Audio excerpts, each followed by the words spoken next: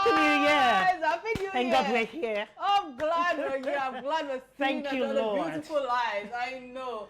A new year, a brand new month, a brand new edition of Real Talk with Kike's show, as Masha would like to call it, RTWK. Yeah, sure. We had an amazing year in 2021 with series of interesting editions last year, and I must say that we are hoping and we are promising that more exciting discussions will come up on Real Talk on this show this year. For many, let me just say that I just want to, for those who feel that we just talk, because talk is cheap, but on this live show, we give real talk to people, and importantly, we influence decision makers to a positive outlook on their stakes in the society. And last year, I was Kike Atanda-Owo, but this year, I still remain your convener, Kike Atanda-Owo. I like to put it like that. And of course, I have the real talk on the show. Let me start with the grey hair.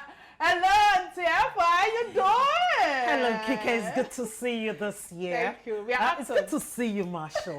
Thank God we are here. Yeah. Lord, we thank you. Hello, viewer. Welcome to Real Talk with Kike. Happy New Year from the Real Talk with Kike team. And from our desk, we say we wish you well. Key into every conversation. There's so much to get from all of us. God bless you. Oh, that's Marshall? So beautiful. Well, it's good to be here. I call this year 222 because it's got 222s in it. Yes, and it's going to come with triple blessings. Lessons. Yes, my name is Marshall Anthony. I want to say Kabo Nde Wuno Sanodazua. Bienvenue. Welcome to the show. It's called the RTWK show for me. It's the place where we give you the real talk. No matter the sides or the facts, we'll bring all of them to you. Welcome. All right, guys. Something happened exactly 54 years ago called the Aburu Accord. Let me put it like that. So let's hear about it from the history of our On This Day in History segment. Stay with us. We'll be right back.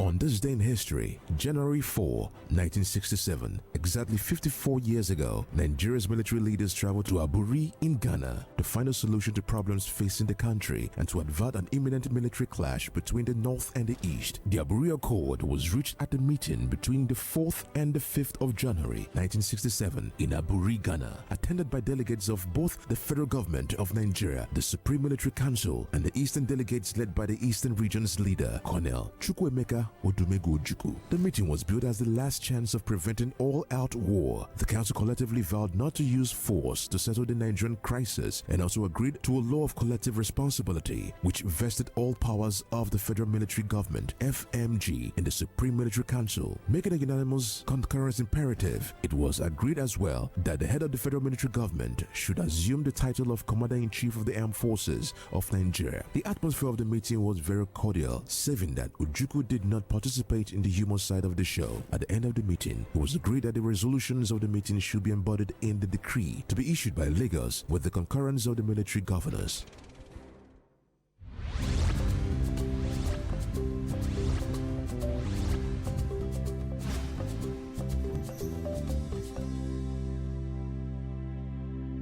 Wow, I just feel that this On This Day in History segment, especially when it comes to our country, Nigeria, is a wake-up call for all of us, especially when you understand that the same culture is still right on our doorstep.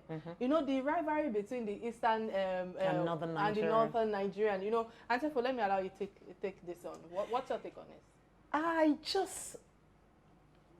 In the first place, I felt it was humorous that we have issues in our country, Nigeria, and to find resolutions, we had to go to Ghana.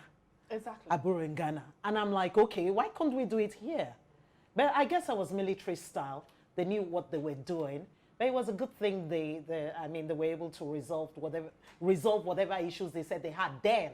But just like you said, Kike, we have the same issues playing out over and over again till date. Yeah. And that shouldn't be. So much. Yeah. Oh, okay. Yeah. Taking. I think I'd make an excuse for the leaders at the time to have taken the settlement to Ghana. Yeah, to Ghana, because they needed. I want to believe they needed a mutual or rather Okay. a neutral. That's the Neutral word. ground, Neutral okay. ground, Okay. where all parties can come and drop their biases, and then they needed a mediator, and they found that in the administration of the Ghanaian president at the time.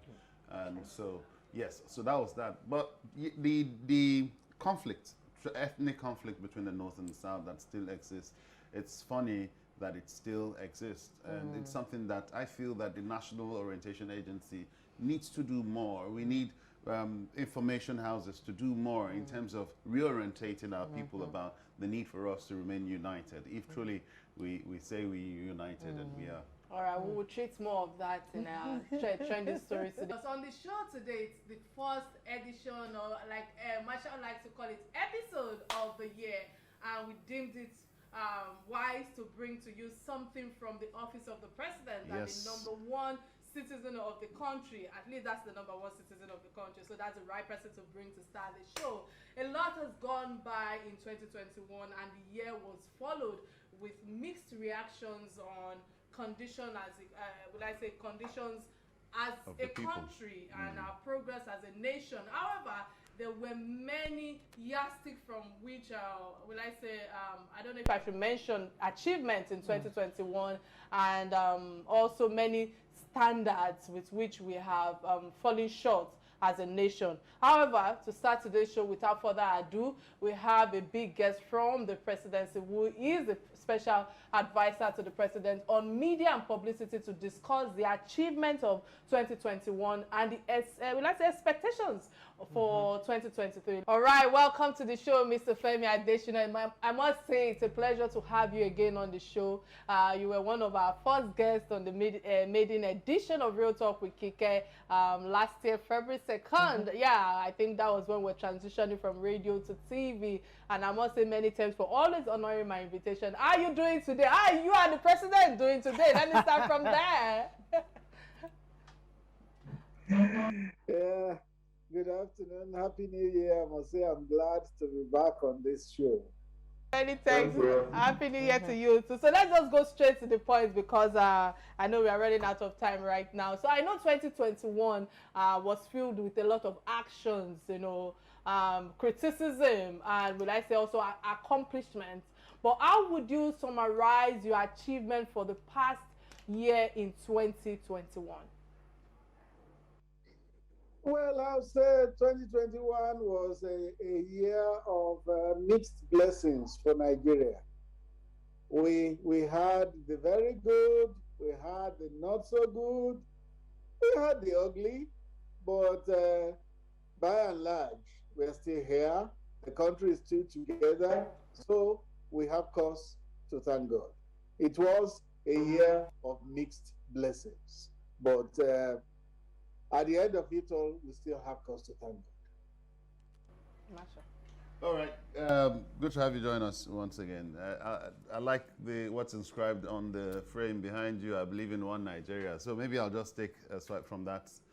I'll take my question from that angle. One Nigeria. The Buhari administration has been hugely criticized about not promoting unity. And if you look at the distribution of infrastructural development in the southeastern part of Nigeria, it's quite deplorable. I'd like you to enumerate on some of the, what you would call, or if I may borrow Kike's words, achievements in the southeast by your principal.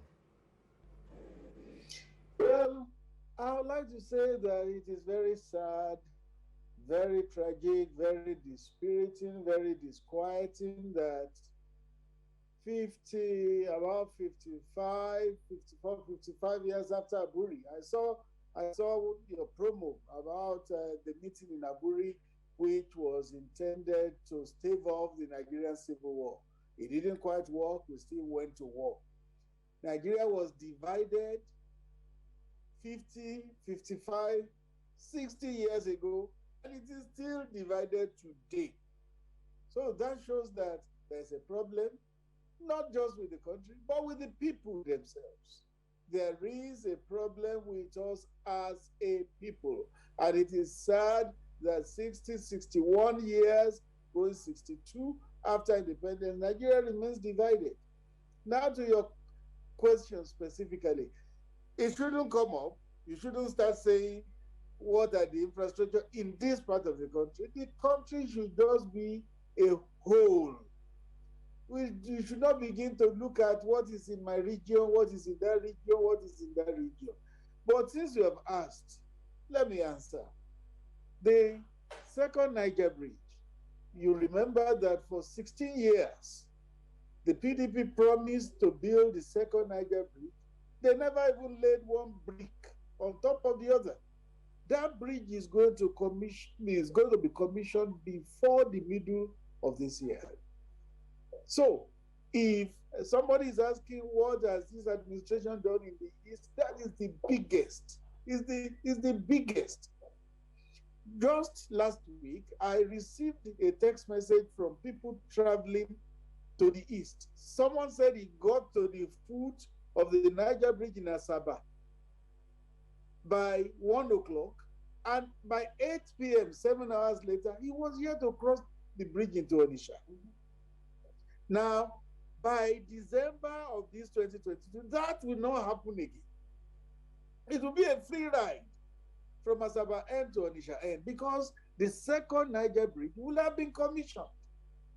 So, if anybody is saying what has President Buhari done for the Southeast, that I believe is one of the biggest. And anybody who can think and who can appreciate would appreciate that coming from a president from Daura in Katsina State. We have had presidents from the South who promised that they will build this bridge. One even said, if I don't build this second Niger Bridge, what will I say I have done for my people? They didn't do it. Now you find that that has been done. You have roads, Enugu, Port Harcourt, Enugu, Onitsha, roads in progress all over the Southeast. In fact, there was a time in the upper year where we listed 65 projects going on in the Southeast alone. 65. And this year, 2022, by the grace of God, is going to be a year of commissioning for this administration. As these projects are commissioned, I hope you will begin to tick them off, and say, this has been done in this region, this has been done in this region, local Oweto Bridge, Bonibodo Road, different kinds of heavy and hefty projects, which will be commissioned this year. Thank you, Mr. Adeshina. It's good to have you again with us. And once again, we say Happy New Year from the Real Talk with Kike platform. I want to say, going from what you already said, we're talking about one Nigeria. So we're moving from the East now to the generality of the country. Can you just give us bullet points, sir? Because you only centered on the East now because of the question that was asked you. Can you just give us bullet points as to the achievements of this current administration as it has impacted the lives of the ordinary Nigerian? You know, going by the fact that the insecurities it's on high right now in the country. Too many people were afraid to travel home because they didn't have money for ransom. You know, those who wanted to travel by air could not afford it. You know, food is at an on high now. Ordinary Nigerians could not afford food. So I just like to hear from you directly, sir. How has the achievements impacted the lives of the mass of Nigerians? Thank you. Well, I think you have looked at one side of the coin. You said people were afraid to travel home. That was not the experience. People did travel home. And I was very surprised that the Southeast was very calm throughout that season. If there was one place we had trepidation about, it was Southeast. But people went home. They are returning to their different bases and destinations now. They were safe, they were sound, they mingled, they rejoiced with their family members, and they are traveling back home. That was not the fare before the festive season. So we have seen that the fares were generally unfounded. And then, talking of the insecurity that had pervaded the country, would you agree with me that the past 1 week, 10 days, the holiday season particularly, had been very calm, very, very calm. In almost all parts of the country, there were issues here and there, but that was not what used to happen during festive seasons in this country. We have seen festive seasons in the past, other past administrations, where there were explosions everywhere, bombing of churches, bombing of mosques, everywhere. But we experienced relative calm this season. And that is not the first year we're having it like that. So when people talk about insecurity, they should remember where we are coming from. Yes, there's still insecurity in the country, but they should remember where we are coming from. Was it not during a festive season that the Catholic Church at Madala was bombed? On Christmas Day. On Christmas Day, 10 years ago, that Catholic Church at Madala was bombed. And you know how many souls were lost in that event. Christmas just passed. Did you hear of bombing of any church? So I think we should learn to count our blessings. Compare where we are today to where we were coming from.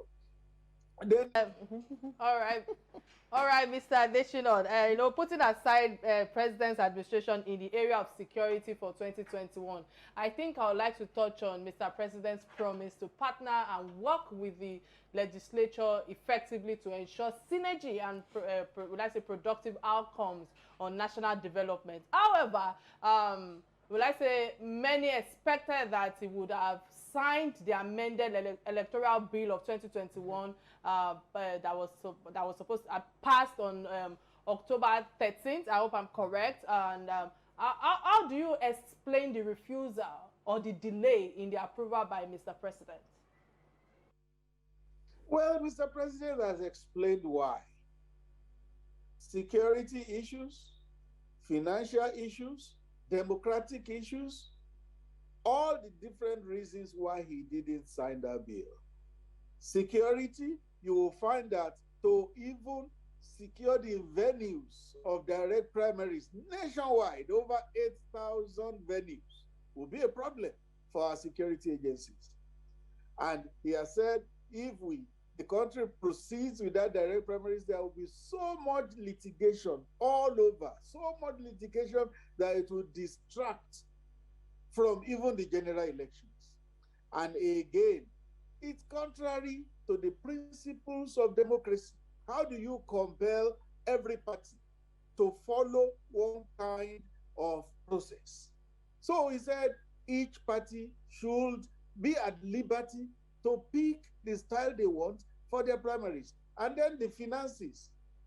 Only the big parties, APC and PDP, will be able to even fund their primaries. All the smaller parties are at a disadvantage already. So all the reasons why Mr. President didn't sign had been given. And a lot of Nigerians are turning around to see reason with Mr. President. Okay, I'd like to ask, when you say against the tenets of democracy, I'm wondering what the yardstick you're using to measure what the polls of the other political parties or their choices would have been on that electoral amendment. But I'd like to hop on the fact that the 2022 budget, Nigeria had an estimated population of 206 million people as of 2020, according to the National Population Commission, and is projected to become the third most populous nation after China and India in 2050. We've had contributions from the UK regarding population control and family planning. And recently, the UK withdrew because they found that we were not meeting the stipulated targets for what those funds that were given to Nigeria were meant for. And recently, the 2022 budget was signed by the president without allocating what was initially promised, 15% for family planning. We have less than 5% budgeted for family planning. I'd like you to throw some light as to why your principal might have not paid more attention to family planning. Well, I wouldn't say I have all the facts on that issue. But I know that, yes, population is a concern in Nigeria, as it is in some other countries of the world. unless Nigeria does something about its population, and unless the economy begins to grow at the rate in which the population grows, then there will always be issues in the country. But don't forget that in the past, something had been done in which it was said that it should be 4 children to one family in Nigeria. People had been encouraged to have less and less number of children. But this is our country. This is Nigeria. Where once you begin to enforce certain things, you begin to find all primordial considerations coming in. Oh, this is against my religion. Oh, this is against my ethnic origin, and all that and all that. But one thing is clear, yes, Nigeria has to do something about its burgeoning population if we will improve the quality of lives for the citizenry. That is one side of the coin. I agree with you. It can work. You should tell the president. Also, have taken so many people out of poverty. So, population itself can also become an advantage. Hello, it's sir. not necessarily a disadvantage. Can you hear me? Nigeria is a market of over 200 million people. See telecommunications, see people who come to invest in the country, see the returns they make. Fantastic. In good time. Fantastic point you're Nigeria making, is an sir. attractive Very market intelligent for and the country. fantastic point, sir. But you're telling that to Kike and myself on the show. I think you should be telling that to your principal, don't you think? In case you just joined the show, this is the first episode for the quarter and the new year, I must emphasize, and we have the spokesperson to the president on the show, highlighting the achievement of 2021. He's also discussing the agenda and the projection of Mr. President for 2022. I must say many thanks for those who are watching us all over the world, because it's an international platform. And don't forget that you can be part of this conversation by calling our studio number 08098877400. It's showing on your screen right now. And of course, we are streaming live on our Facebook page and our YouTube page on both Real Talk with Kike and Silverbird platform. So, sir, many thanks for holding on. You know, I want to go straight to this part, and I think this actually, what Marshall asked you the last time actually prompted me to ask you this question, because I know on December 15th, Nigerian Senate approved President Buhari's 2.4 trillion external borrowing request, and to push public debt beyond 40 trillion.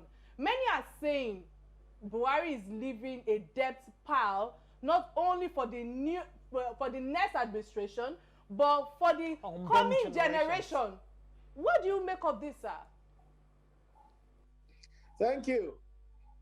The Minister for Finance, Budget and National Planning has addressed that issue a number of times, that Nigeria's borrowing in relation to the country's GDP poses no cause for alarm. When you don't have the GDP to support your borrowing, then there's every cause to worry. But Nigeria has a GDP that can support our borrowing. That means that this borrowing that can be repaid in no time. That can be repaid in no time. In fact, I remember the minister saying that according to our GDP, Nigeria is still under borrowing. That Nigeria still has capacity to even borrow more. And when you borrow, what do you use these things for? You don't borrow to loot, you don't borrow to steal. You are borrowing for production, for productive uses, for infrastructure.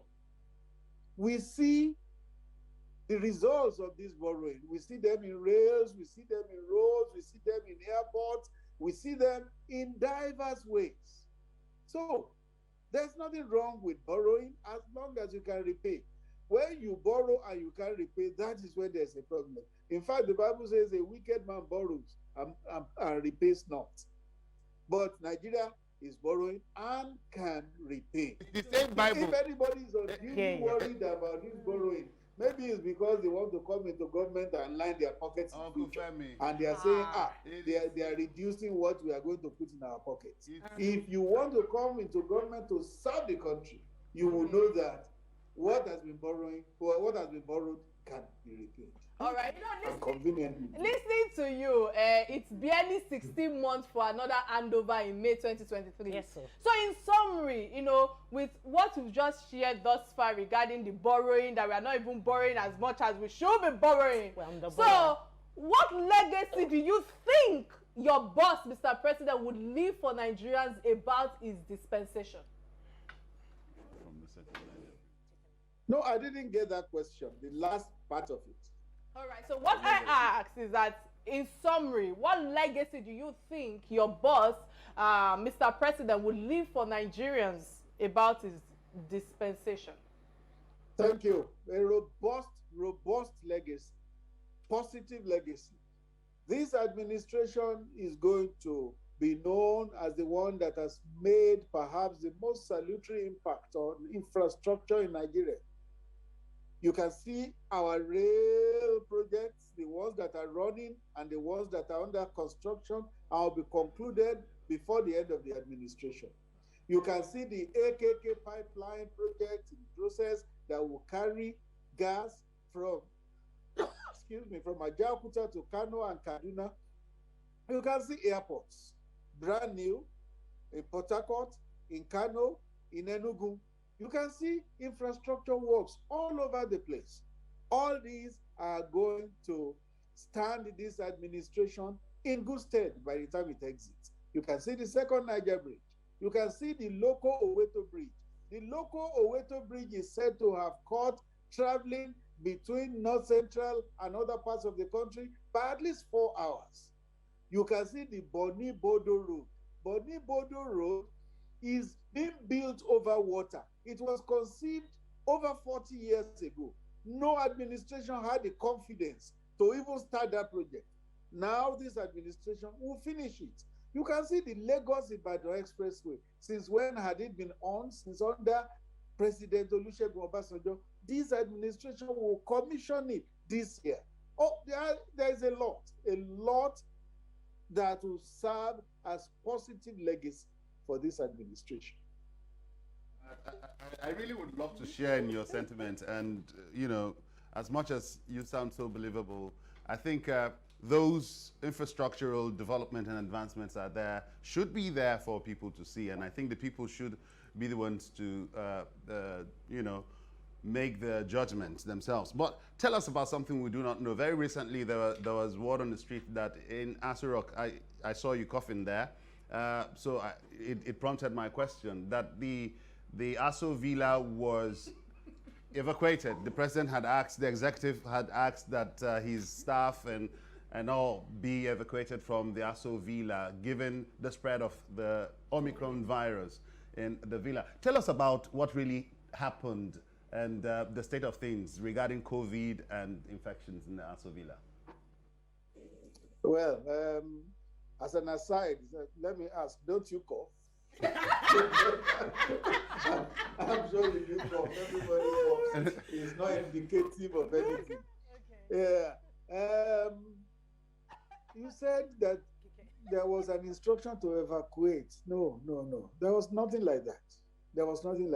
But the truth is that, yes, towards the end of last year, there were some cases of COVID in the villa among presidential aides. But then presidential aides are human. Whatever is peculiar to human beings can also happen to presidential aides. People outside were developing COVID, they were testing positive. So there is nothing strange if some presidential aides also tested positive. Now, what is being done is that if you are a visitor to the villa, you must show evidence of having been vaccinated. That's one. Then two, if you are going to see the president, you will have to undergo the rapid test, which result will come out immediately before you have access. And I can tell you that it's efficient because a couple of people had attempted to access the villa. When they went through that test, it showed that they were positive. One, is good for them in that they can go and treat themselves. Two, is also good for our president in that he's not unnecessarily exposed to transmission of COVID. So there's nothing extraordinary about these things. Mr. Adeshina, now let's talk about you as a special advisor, media and publicity to the president. Now we're talking about you helping us to understand or enumerate, what challenges you probably have faced since taking up this appointment, juxtaposed to the core values you had before taking up this appointment. Would like to know. Okay, thank you. As I've seen in my profile that was on display before we started, I have been a journalist all my post-graduation life, 35 years this year. I saw that you had 28 there. It's actually 35. I left school 35 years ago and I've been a journalist since then. Now, why did I come to serve in government? Because I don't consider myself as a government person. I came to serve because I had always admired President Muhammadu Buhari. Right from the time he emerged as military head of state, I had liked him. I liked the way he was leading the country, where he was leading us to. But unfortunately, that was truncated. So when he joined politics, I also began to support him. Till eventually he ran first, second, third, and fourth time, and then he won. So my being in government is just because I came to serve the president. I like him, and I'm happy serving him. If it was another person, I wouldn't even come. But now that I'm here, this is going to 7 years now, I am glad that I have come to serve my country and to serve my president. No regrets at all. Has it been all bed of roses? No. No. God even doesn't design life like that everything will be smooth all the way. You have your ups and downs. Life is like when you are out on the sea. The sea at times is very smooth and you enjoy the sail. At times the sea is boisterous and there are some rockings and shakings. So that is how it has been in government. I've served, by May it will be 7 years, and I'll say I'm happy I came. I have been the butt of criticism, of abuse, of threats, of all things from Nigeria. But I took it in my strides and I just continue to do what I'm doing. All right, many thanks for that. I think beyond speaking for the president since 2015, to be precise, what's your own personal aspiration after your boss leaves office in 2023? I would like to know. Yes, I came from the media and I plan to return to the media. When I was leaving the media in 2015, I got a leave of absence from my company. That leave of absence subsists. So if by the pleasure of Mr. President, I serve with him till 2023 May, and God keeps me healthy and alive, I then return to my job. I still have a job waiting for me. Interesting. I must say many thanks for coming on the show. It's been an interesting time with you on Real Talk with Kike show. But before we let you go, let's discuss some of the trending stories that affect us all as family, as Nigerians, that binds us together. And the first trending story that caught our attention is that of the 1,800 and I think 88,000 AK-47 rifles, other firearms missing from Nigerian police custody, and I understand there's an audit report that is ongoing at the moment. But you know, the gray hair, Atiefo, what's your take on this? Let me come to you first. What's your take on this? Kike, if you ask me, just like you have just done, if that story is true, then I think it calls for concern, and I think it's a national embarrassment. Because in the first place, you would ask, did the arms walk out of the armory? Who are those in charge of the armory? So I want a situation where that audit is well-rounded. And let us know, let's get results as to who did what and who didn't do their jobs. Marshall? All right. I think before Masha comes in, Mr. Femi Adeshina, let me come to you. What's your take on this when you saw this trending story? Yes, I have seen the story. In my capacity, I will not be able to talk on it because the Nigeria police has a spokesman. It is his duty to talk about that. But what I can assure you is that with the kind of government we have in place, government will get to the bottom. Sometimes you can be sure that the police, either through the IG or through the force spokesperson, will come out to explain what actually happened there. It's not a matter that will be swept under the carpet. It's not in the character of this administration.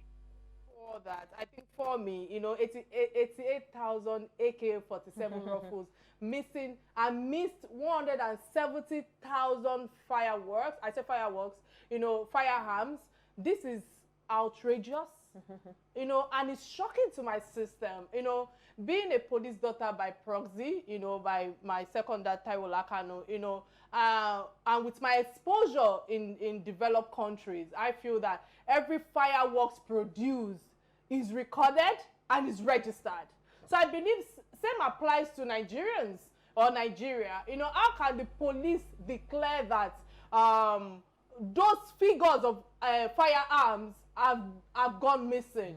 We should be surprised that there's rise in banditry, in terrorism, in killing, in robbery, and so on. Of course, these perpetrators, or should I say, this act or crimes didn't just happen overnight. As far as I'm concerned, these people are buying these guns. I stand to be corrected. However, there are, of course, again, the police still remains a major influence of corruption in Nigeria. Yes, I said so. And the reason why I'm saying that is that Igbo Oleri now, pardon my word, because as far as I'm concerned, I'm wondering, did the guns, did they develop a leg? Election will start soon. We will start seeing all these thugs carrying guns during election period. And we will now be asking ourselves, where did they get all these ruffles from? So the corruption in Nigeria is so astonishing that sometimes I truly wonder why I'm Nigerian. Well, putting that aside, this audit is a right step in the right direction, and hence I hope that they will launch a probe into the missing firearms over the years with all the guns that have also gone missing in the past, and let's know where these firearms develop legs and wings to fly, so that we can actually know what we're actually dealing with. Because with all that is going on right now, this is the last thing that should come to our public domain, that firearms are missing. Masha, quickly, what's your take on this?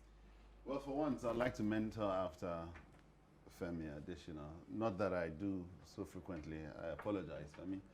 I have my reservations. But truth is that as a member of the police community myself, I would, mentoring after him, I'd say that it's not something that I should comment on or take a stand on. But the truth is, the PPRO has made a statement and would continue to address the public on it. And I know, like Femi has said, some persons must go down for it. Sure. The investigations would go on, and some persons must pay the price for that crime. All right, many thanks for your submission. But quickly, there's a second trending story that caught our attention. That is, they said no more singing of national anthem in schools. That there will be slaughtering of cows in southeast. That's the IPOB. There's Nigerian government in New Year's plans. When I saw this trending story in our our WhatsApp group, I was just wondering, even Ilu in gone lost. Pardon me, I'm a Yoruba woman. I must infuse a part of it, even though I look American. But Masha, quickly, what's your take on this?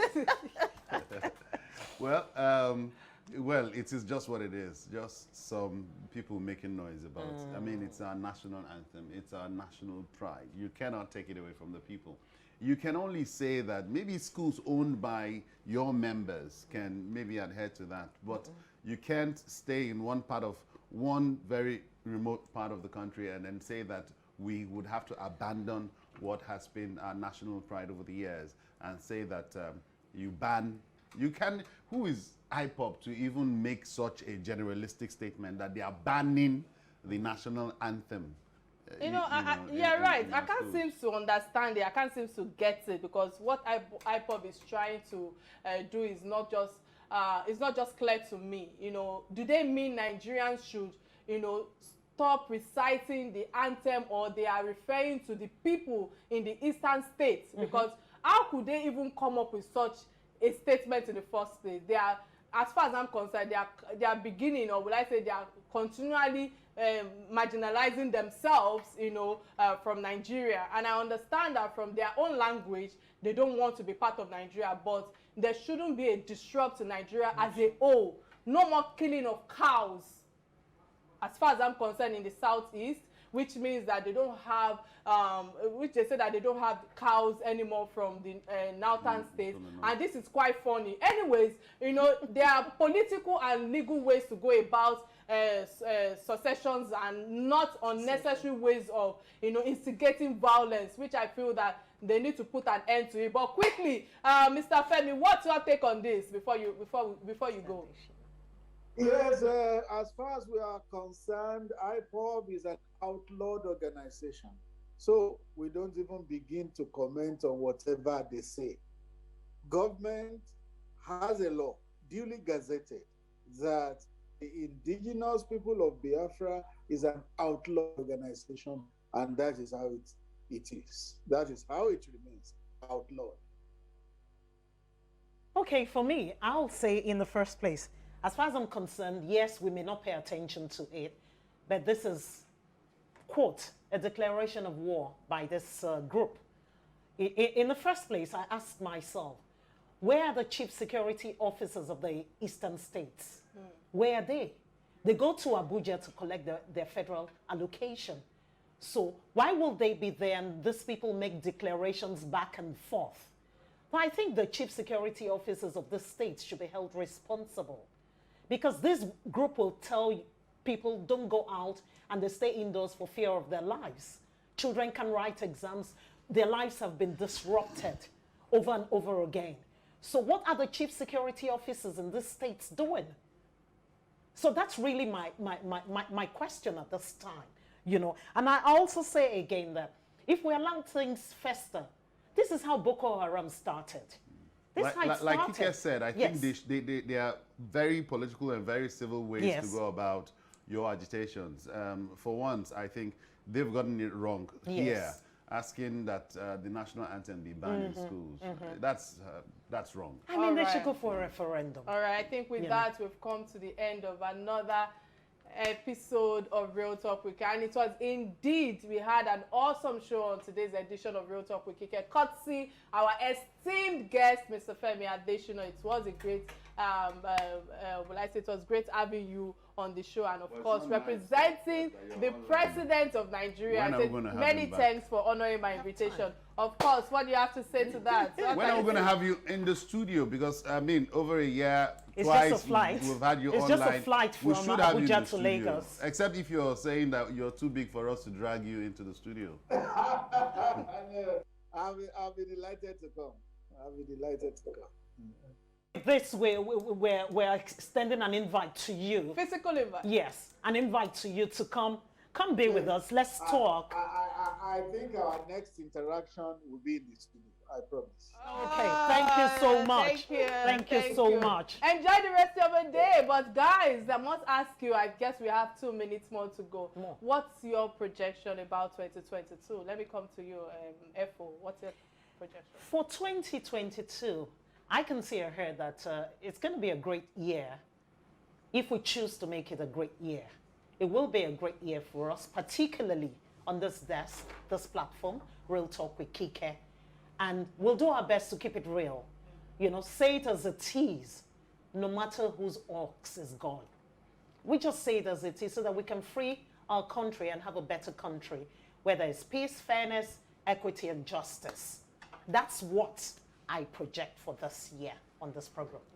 If you go my oxen, I'll go yours. And this year, I call it a year of the 222.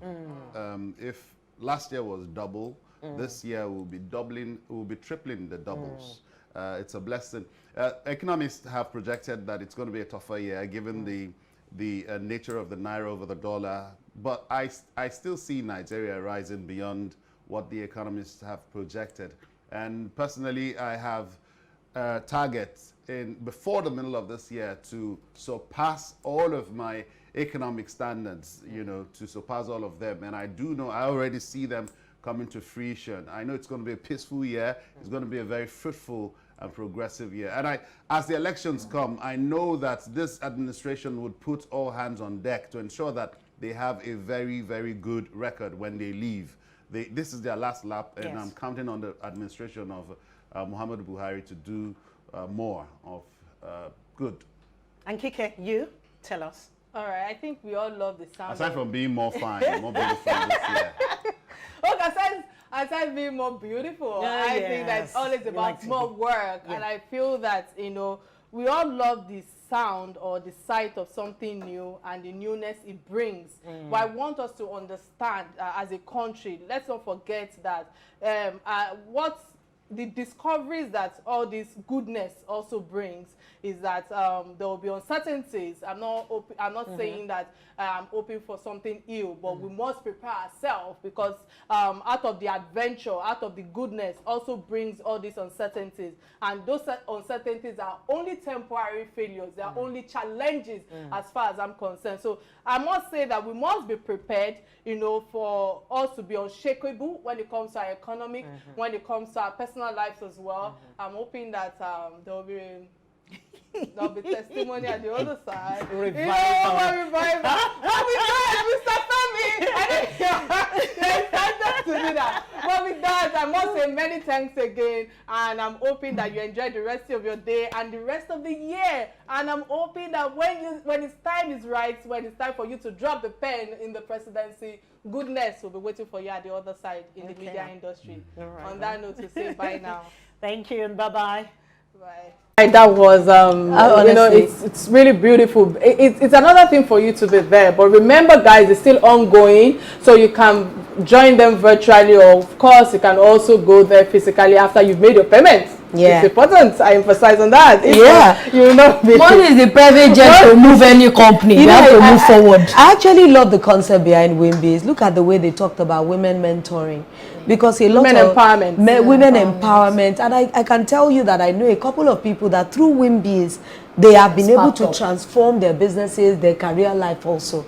So I think it's such a great... Especially knowing that women will face a lot of financial challenges, and you have an organization who is willing to help a lot of SME starters or startups and all of that. I think that's where we draw the strength, women empowering women. Exactly. Women helping women. Even though sometimes I tend not to, you know, agree, but with them, no, women still do their best. They've been telling me, Kike, take that. No, women still do their best. Stop asking us that question. Every time we come on your show, women still do it.